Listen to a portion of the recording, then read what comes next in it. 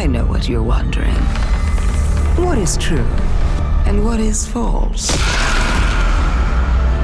The Witchqueen is an unsettling mystery. Our biggest foe, Savathun, has our grandest tool, the light. It's paying off narrative threads that we planted way back in Destiny 1. I'm here to protect humanity. How do we stop this? The stakes in the universe are rising, and it's the greatest challenge that we've ever faced. We're shedding that dogma of light equals good, darkness equals bad. We're really entering the mists and trying to discern what's in front of us and what's lurking just underneath the surface. What is your truth now? There are a lot of bombshells in the Witchqueen narrative. And that's just scratching the surface of what we're going to get into this year.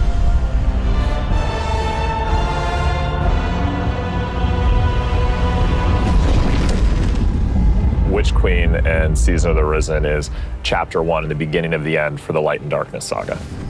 We're really getting to the core of what it means to be a guardian. We are looking at and asking big questions about the light and darkness. We have a big bad that we've been anticipating for a really long time coming back in the form of Savathun. Savathun's had a hand in most of the major conflicts that we've been involved with.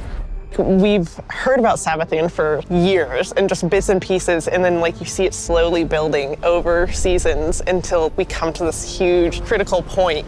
Savathun's no longer just someone you hear about. She's not just interfering in little ways. She's now ready to take center stage. Sight. 1, 2, 3. Savathun, she's larger than life. We wanted to make her feel imposing and very regal and dancing through motion in some way. Light offers us a fresh start. She's very manipulative. She is very ethereal, but she also has that creepiness to her as well.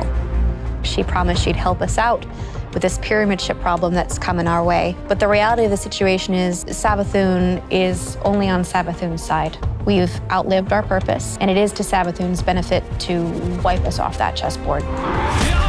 She's lived among us. She has played us for fools. She knows us inside and out. And she's been a step ahead of us, the whole way. So how do you beat someone like that? It isn't too late. You can still be forgiven. Be careful. I'll hold you to it. In order to beat Savathun, you need to understand Savathun.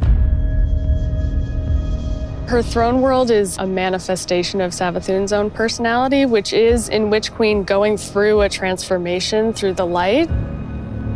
She has these areas that she's kind of trying to shun and push away.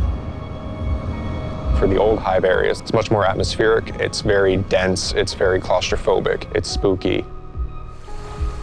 Then when you make your way into the Lucent hive area, it's a lot more open and broad.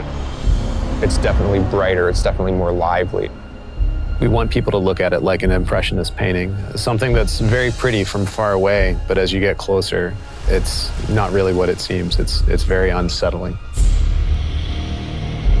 You're looking at shapes, you're looking at these things within the world, and you're not entirely sure what they are, and you have to get close and you have to investigate.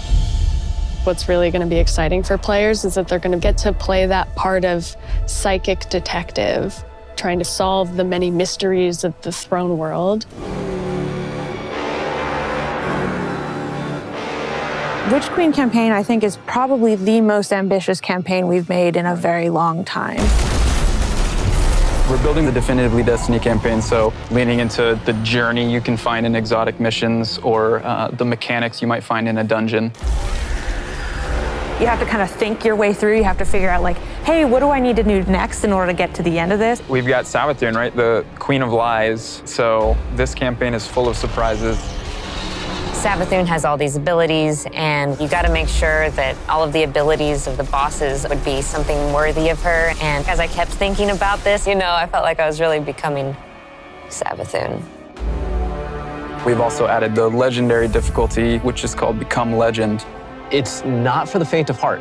It's going to be loaded with these moments that are going to be frustrating, almost like teeth gnashing, but when you get through those encounters, you're going to feel really accomplished. Double rewards, yeah. As people who have worked on raids and dungeons before, being able to broaden that experience for any kind of player who comes in is really important.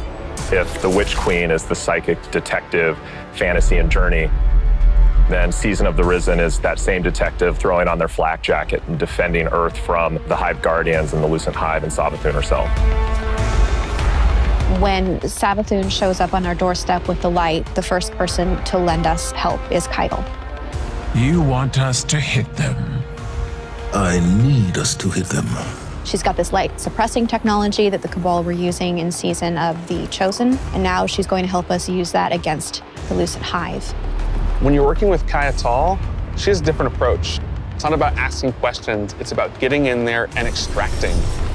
We don't really understand what happened when Savathun actually was able to take the light. And so the campaign in Season of the Risen in many ways is about that story. Guardians need to stop Savathun's advance beyond the throne world. And Savathun poses an existential threat to everyone because she basically has an undead army.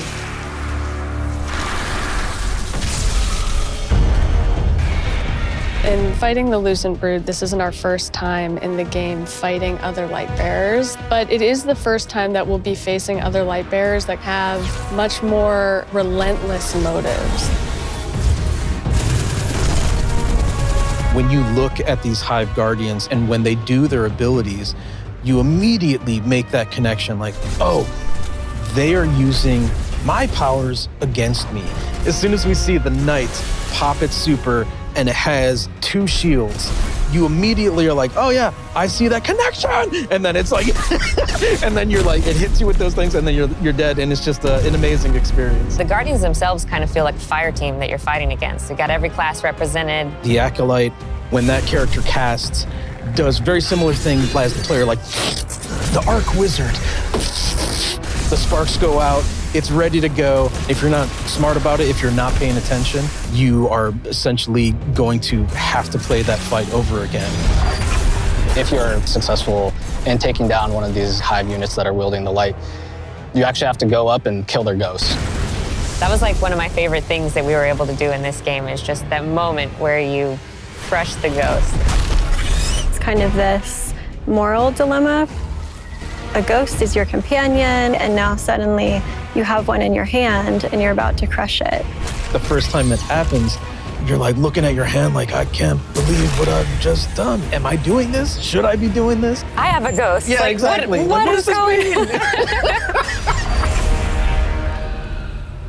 Savathun and her Lucent Brood are the most dangerous enemies we've faced so far. And so we're gonna need better, more powerful weapons and tools to fight against that threat. We did a bunch of work early on looking at various different types of weapons we could add to the sandbox. We wanted to introduce a special weapon archetype that was effective more at a middle range, but also had these kind of additional roles associated with it. The glaive is a projectile weapon, and it is a shield, and it's a melee weapon.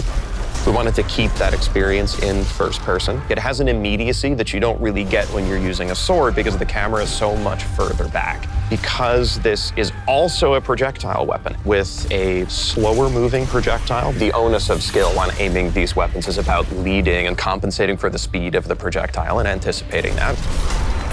If you're in a really difficult encounter and one of your teammates dies somewhere out in the open where you normally wouldn't be able to get to them, you can bring that shield up and actually get the revive and then fall back. Glaives originate with Savathun trying to steal an extremely powerful weapon for her own use, and players will use the weapon crafting recipes that they find throughout the campaign in order to reconstruct this incredibly powerful and incredibly ancient weapon. When you put together your glaive in the campaign, you just get a taste that that's what you want to do for the rest of the weapons that you get. Weapon crafting lets you target a specific role and go and build that, and you know how long it's going to take you to get there, and you get exactly the thing that you want.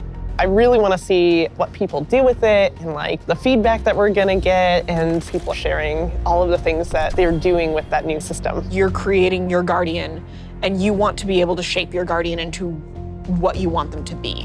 And this gives us a great opportunity to continue to do that. This is a really big season for weapons in particular. We've got 8 brand new exotics. The Osteostrega exotic submachine gun. This is something which Guardians have made, but it's modeled after weapons of sorrow, like Thorn and Touch of Malice. Fires swarms of tiny homing projectiles that land on a target and then explode in this poison burst. We have an exotic machine gun where the whole idea is be the Colossus. You can launch a barrage of up to 20 homing missiles. It's a comical amount of projectiles on the screen. We're doing an exotic glaive for each class this time, and the exotic perks tie deeply into the mechanics of the classes. We think they're going to be really cool additions to build crafting. We've got, the usual suite of raid weapons, destination, activity, seasonal. I recounted it this morning, and I think it's about 50 new weapons. You're going to have 2 new exotic armors for each class, totaling 6, 1 stasis, 1 non-stasis. The Titan stasis exotic. Cast your barricade, and instead of, this Traveler's Light and the Rally Barricade, you create a giant wall of ice. Even though this thing is massive, you still get all the benefits of a Rally Barricade. Warlock Void exotic, we called them the Devouring Rift legs because we wanted Empowering Rift to feel like it had a place in endgame content the way that Healing Rift does. Empowering Rift doesn't heal you, well, what if it did? In Season 16, you're going to see a massive revamp to the Void subclass system across all 3 classes. This is a huge update and will allow players to build craft in ways that they've never done before. One of the things we wanted to do is create a core set of verbs like we did with Stasis. Anyone can run suppressors now. I think that's the pretty cool thing to be able to do. I'm going to be running suppressor grenade prop. We wanted you to feel like you were the energy vampire, feel like you were the Night Stalker, feel like you were that protector, that big Sentinel Titan. So you're going to see things like Bastion, a new Titan aspect, where you take your big old Sentinel shield, slam it into the ground, and create this void barricade that's going to apply overshield to you and your buddies. My favorite aspect is probably Child of the Old Gods. As this warlock controlling space and time, I'm able to rip a hole into another dimension and then pull out this little sentient black hole. Whenever I target an enemy, my little black hole buddy is going to fly over there and start draining their life force. The Void 3.0 update is really setting the stage for how we're thinking about updating the subclasses for the rest of the year. We're going to extend this philosophy to Solar and Arc. Solar obviously is going to be about burning, but there's this other component to Solar, and that's healing. Arc is all about chaining. It's all about lightning, direct attacks, quickness. We're going to take the fantasies that you know and love today. We're going to embellish them. So what you'll see is all of the new abilities, all the new actions you take, reinforce that to the core. Pretty excited about it. Witchqueen is very much the culmination of the last 6 to 7 years of just Destiny all together. And really, this is starting the road to the final showdown. But things aren't necessarily just dark and light anymore. There's a lot more nuance in the game. It's going to be a real fight. Players have something that they're really going to be challenged by. I can't wait for everyone to find out what's been going on with Savathûn. I'm excited. You Guardians are so clever, aren't you? From the throne world to the campaign to the customizable build crafting, it all comes together to make Destiny feel really new and fresh. We've got more Destiny coming this year than any other year before. It's one of the most ambitious releases we've ever put together, and the team is firing on all cylinders. Tell me, Guardian, what do you think you're going to do?